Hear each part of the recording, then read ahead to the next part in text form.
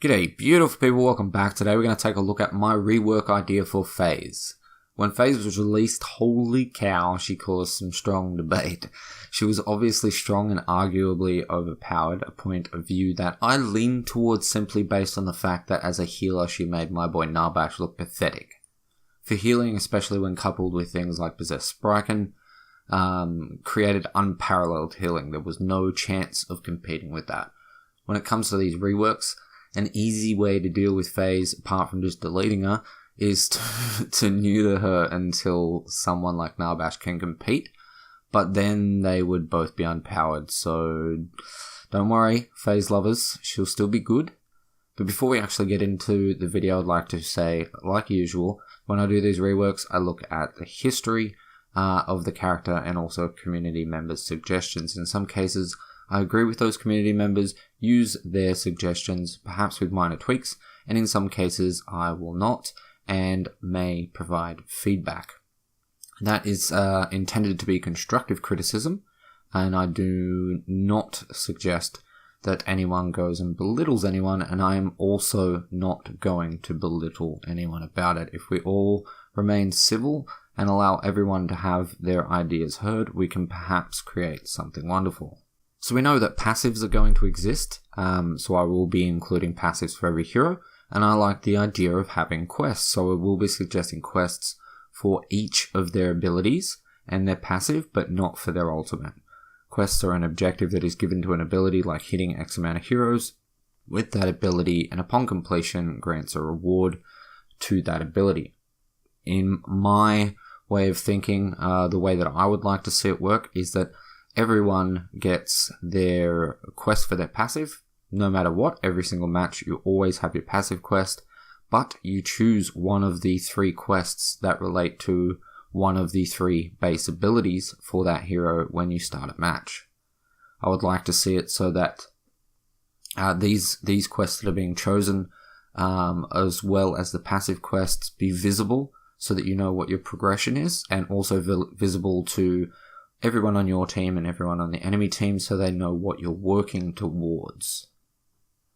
I am not against actually having the passive quest and all 3 other quests active in every single match, so long as they're balanced. I'm also not against just having one random quest introduced for every hero in the game, whether that be for their passive or maybe a different hero has one for their second ability, as long as it's all balanced.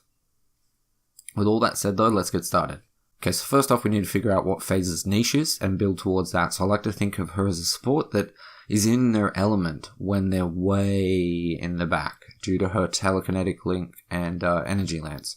Her job is to heal and buff other heroes from a distance and to give one lucky hero an escape. So if that is her job, then her kit probably doesn't need to be changed. I do want to make a couple of adjustments though. So starting off with a basic attack, all that needs to be done is to reduce the power scaling. So like Decker and Muriel, I suggest that she goes to about 0.3. For her passive, I want to reintroduce a mechanic of hers that was changed. We're going to call that SELFLESS Guardian. When FaZe is at max health, her personal health regen is transferred to her linked ally. This was something that used to actually be part of a kit without the limitation of needing to be at max HP. It ended up being changed so that activating an ability gave a set amount of healing rather than transferring her actual HP regen. Considering the limitation that I'm suggesting, I feel that it would be nice and balanced, and it also gives her extra build options while also rewarding her for staying back and avoiding damage. For the passive quest, I decided to go with, after healing X amount of health, FaZe transfers her HP regen to tethered targets while she is above 80% max health. I did consider going for passing HP regen and mana regen while at full health, but let's be realistic. If you know hitting FaZe once completely cancels her passive because it drops her below max health, players will simply just have to, hit her with one basic attack to cancel her entire passive. So I figured it was best to lower the limitation. Perhaps the percentage could be changed, but I'm more interested in the idea than the numbers. But 75% health, above 85% health, whatever ends up being the most balanced. I am perfectly fine with that. So moving on, we have a bread and butter ability, which is Telekinetic Link. Apart from obviously removing the base healing that was applied when you used an ability, because of how a passive is now going to work, the only change that I want to recommend is the removal of the reactivate 5 million times to actually pull the target mechanic. It was a poorly thought out change in my opinion, and it was very finicky at best. I feel that it should go back to look at ally, activate to tether, then look at a different ally and activate to tether. Or don't look at a different target and activate to pull. Okay? Or actually it would need to be don't look at an ally at all and activate a pull. So it's simple. You want to tether Twin Blast. Look at Twin Blast. You're tethered to Twin Blast and you want to pull him. Don't look at a hero and press the activation button. Simple. You're tethered to Twin Blast and you want to tether Grux. Just look at Grux and press the button. It's simple. There was no need to change it. It was dumb. Let's get it back to where it used to be. For the quest, I actually struggled. Having the objective be after pulling X amount of heroes seems like it might get annoying for the tethered targets, so I went with a simple, after being tethered to targets for 10 minutes total, cooldown is reduced to 8 seconds.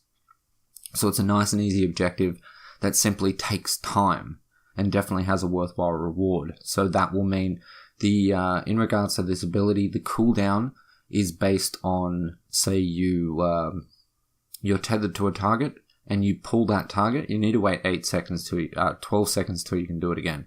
So now that would be reduced to 8, effectively reducing the cooldown on that ability by 30%, which I think is nice and fair, a good reward.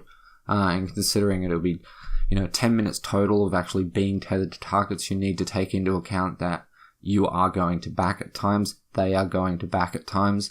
So this will probably take you around 15 minutes to get done, which is not a bad point in the game to actually get a quest reward. So next up we have Psychic Flare. To be honest, I actually considered replacing this ability with something else completely, but failed to come up with something that I wasn't worried about being unbalanced, so I chose to keep it. But if you have a suggestion for a new ability, I would love to hear it. So as I said, I've chosen to keep it, and I'm not suggesting any major changes except that Unleash tries to further improve the visual effect so it's not as annoying. Because I know, everyone had a problem with the blinding effect and, how it looked on your screen.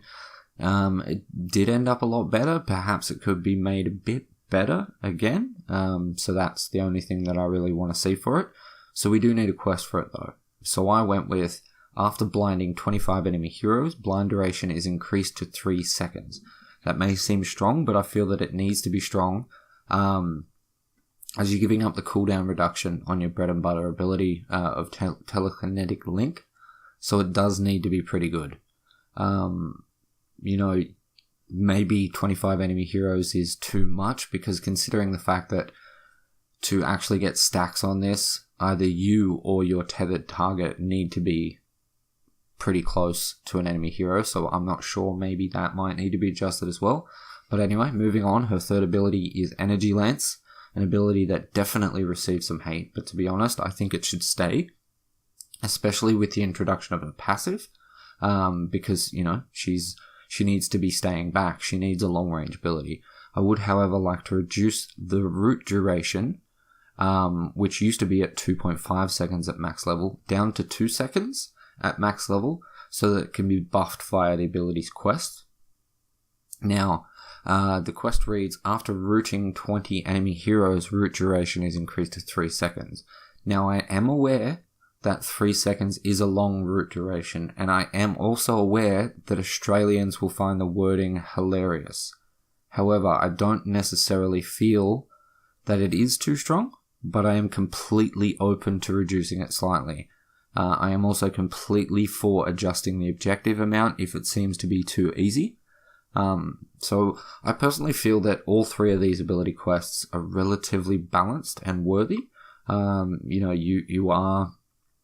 Every single one of them seems worthwhile. Every single one of them seems like a very, very good reward that would work very, very well. So that is my aim when it comes to the quests for these 3 main abilities. Make them balanced and make it, a tough decision as to which one you go for. We don't want to have a situation where it's like, no choice, go for this one. Every single time, no matter what the enemy team comp is, you always go this one. We don't want that situation. So all we're left with is her ultimate, which is called Hyperflux, and I am not suggesting any changes whatsoever, as I personally love it. That said though, I would love to hear your thoughts on her ultimate, and also your thoughts in general about my proposed tweaks for Phase in a future Paragon style game. With that said though, that is actually all I have for today. So like, comment and subscribe if you aren't already. Thank you so much for watching. I love your face, and I'll catch you in the next one. Peace.